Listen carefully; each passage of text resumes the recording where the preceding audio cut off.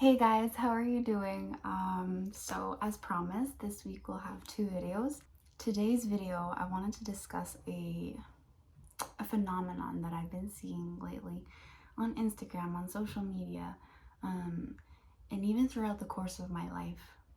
And that is the story or phenomena called the evil eye, or el ojo in Latin America. There's also the fat eye, right, in Brazil and Southern America. And the evil eye actually originates from Greece. That's where it all, with our focused intention and emotion. When we focus our emotions and in our evil intentions at somebody, we are then able to negatively influence someone's life.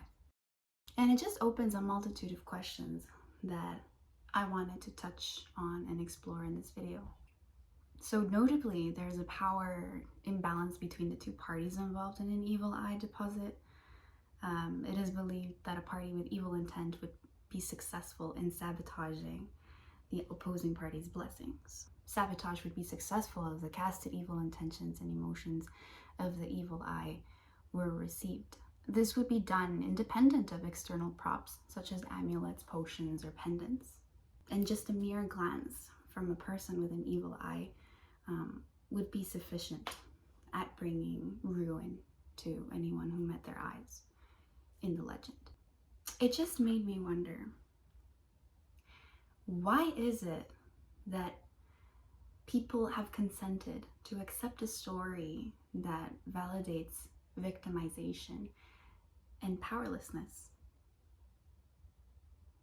What exactly, in the case of an evil eye, what exactly would impede the individual receiving the evil eye from blocking the attacks of the enemy? Without a pendant, without an amulet, without potions or rituals to cast off the evil eye. If the caster can wish somebody and alter somebody's life in a negative way on their own, by their own glance, then why can't the receiving party be good on their own? Why have people sold their power to discount objects, believing more in the object than themselves? And that is to pose the question, what makes the evil eye real? I believe that, based on my observations and kind of researched about it, that it is outsourcing. Outsourcing your power is what makes the evil eye flourish. So as you know, anything we focus on receives our energy and power. The universal and generational belief of the evil eye is what keeps it alive and in power. And by the way, your fear is an accepted currency for it. So when you subscribe to external supply of anything, whether that be love, peace, joy, comfort, protection, etc., you are automatically abandoning yourself to hate, restlessness, scarcity, and, well, of course, fear. I just want you to know that there is no thing outside of yourself that can save you or offer you any sort of security. Nothing outside of God and yourself can do that. So stop giving yourself away. Because you're much more powerful than that pendant that you keep in your back pocket. It's all within you. Stop worshiping false gods. Stop your idolatry, because you are sinning against yourself and against God. So I encourage you today to take refuge in the Lord. Take refuge in the Lord, because He is our strength and He's a very present help in times of need. the word says it. Be courageous because he promises to never forsake us. He promises to uplift us. He promises us fruitfulness, prosperity, righteousness. So mind your subscriptions. Evil eye was a concept derived from a scarce mentality, a branch of survival frequencies, the belief that there is not enough of anything, so we must partake in competition and hoarding resources, which birthed envy. The evil eye is rooted in the power of acting out in envy, because you believe that why does this person have that and not me? It's yours too. Anything that you need, anything that will make you happy, you already have it. You already have it within yourself and around you. God gives us exactly what we need, and it is our job as stewards of this world to multiply the resources and the abundance that he gives us. So you see, many times we believe envy to be a malicious thing, and it can be if we act out of it, but envy is not inherently bad. It's actually an excellent navigational tool and powerful indicator of where fear has taken the desires of our heart hostage. Envy is much like a metal detector, actually. Just interestingly enough, envy is the sibling of resentment, and it is the soul's cry from the wounds of self-oppression. In other words, self-induced resentment, which lowers our vibrational frequency and consequently the quality of our life. So many times envy arises from the belief that we are not worthy or capable of reaching our potential. It is the consequence of limitation. And when we choose to remain idle about pursuing our dreams because we are afraid to take a risk, we betray ourselves. We betray ourselves, we stunt ourselves in our pool of self-created resentment. We restrain our souls from the truth of who we really are. This inhibits us from authentic living that we are called to live. And commonly, we betray ourselves for crumbs of false security to feed our raging fears. In short, envy reveals where we have limiting beliefs. Envy reveals where we have limiting beliefs. So the next time that you feel envy, begin to use envy as a guide for healing. Identify the aches in your heart that arise from this envious feeling, and rewrite those limiting beliefs. Evolve them, transform them into affirmations. Affirmations like, I am worthy of love. I am deserving of peace. I am enough as I am. I have it all within me. I lack nothing. I am complete. We are abundantly supported by the universe, and our success is inevitable. Remember, your beliefs are the blueprint to your reality. So mind your beliefs. So then, the evil eye is not the culprit of your life seemingly falling apart.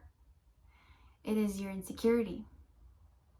Let us collectively be accountable and responsible for our own lives moving forward. When you stand confident and firm of who you are, of your identity in the Lord, in Jesus Christ, the word says that no weapon formed against you shall prosper. And every tongue that rises in judgment against you, you shall silence. The word also says that confidence and security are our heritage, our inheritance. We inherit the righteousness of God. We inherit the confidence, the security, the peace that comes with following God's law. The concept of the evil eye can only manifest itself true if your security is not within yourself. That is to say, if you are not one with God, or the source, or the universe, love, then the evil eye will take effect, because your own belief in that will give it the power to step into your life and cause whatever you believe it to cause. So where and what are you building your security and confidence in? Take a moment to self-analyze what your foundation for construction is. Check your foundations. Make sure that you're building on solid rock. And personally, and this is an experience-sponsored message,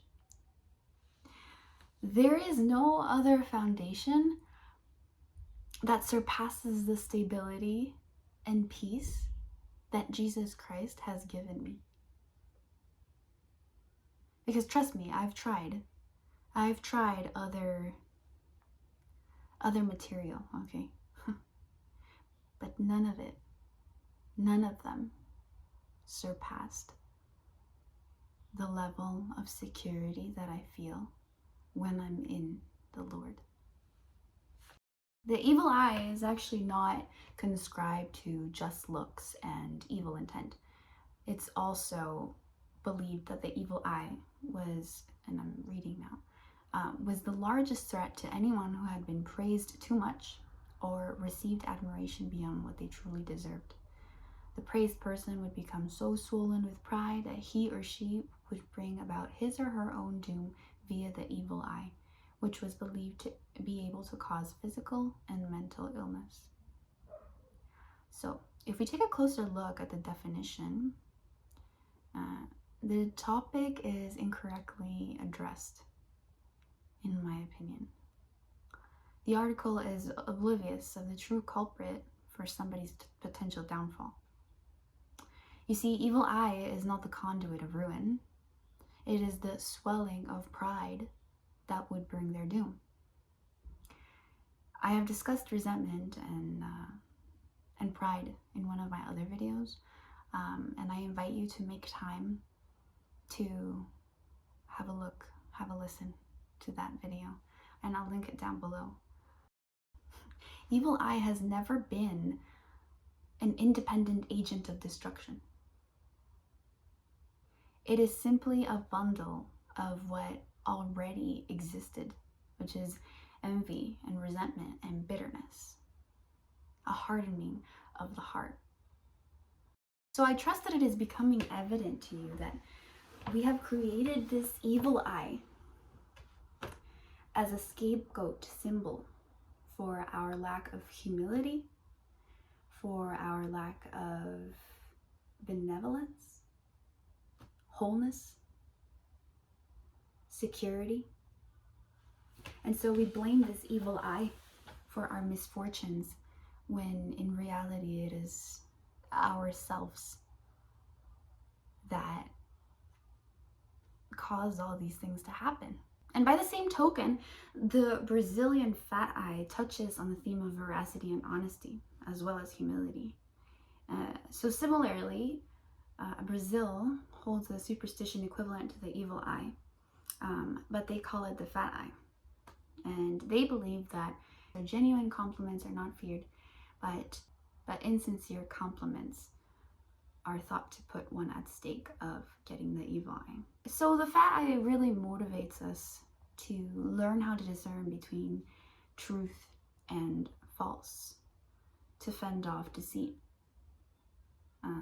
It also serves us to remind us that flattery is another form of deception, and it is a betrayal to our brothers and sisters, and it is a disservice for the community. This is due to the selfish nature in which flattery sprouts from. It should encourage us to utilize our speech to grow and awaken sleeping potential in those around us, to inspire and encourage one another, instead of falsely praising each other for our own personal benefit. Learn to attach enriching purpose to your conversation and speech so that you may be audibly blessed through blessing others.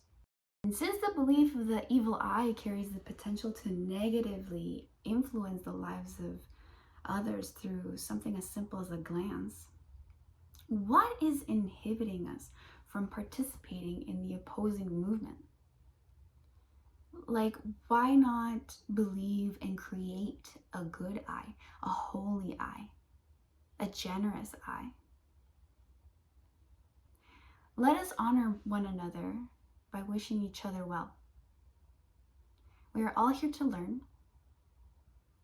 No one has it all, despite what they portray, despite what your neighbor portrays to have. They do not have it all. In fact, sometimes, most commonly actually, it is the people that show off and portray the best life to have the worst one. So the grass is not greener on the other side.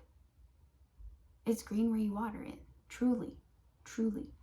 So just make sure that you're preserving your heart soft, that you're not hardening your heart against others just because they seem to have a better life than you. Remember to not act out whenever you experience envy. Use it as a tool to guide and navigate where you have your limiting beliefs, whether that be in finances, love, relationships, personal achievement. Rise above the primal feelings. Rise above them. Realize that you have everything you will ever need right now. In this moment, you already have it. Everything that you will ever need in this lifetime is already within you. It's already yours. Stop giving yourself away to amulets, to incense, to all these cheap products, because you are not cheap. You were bought at a high price. Honor God. Honor your Creator by honoring yourself. You are forever and always enough. We are. I am enough, and you are enough, just as we are right now. So lay your superstitions aside. Build on the sure safety of the rock, not Dwayne Johnson, no, Jesus Christ. Remember to give generously and abundantly, because you yourself are abundant in every way. Sow love, sow seeds of love sparingly, because although seeds are small and seemingly insignificant, the General Sherman tree is one of the largest trees in the world, and it all started with a small little seed that was seemingly insignificant at the time that it was planted.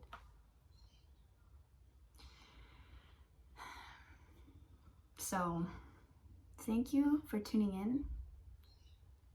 Thank you for sharing this morning with me. Share your thoughts on the topic.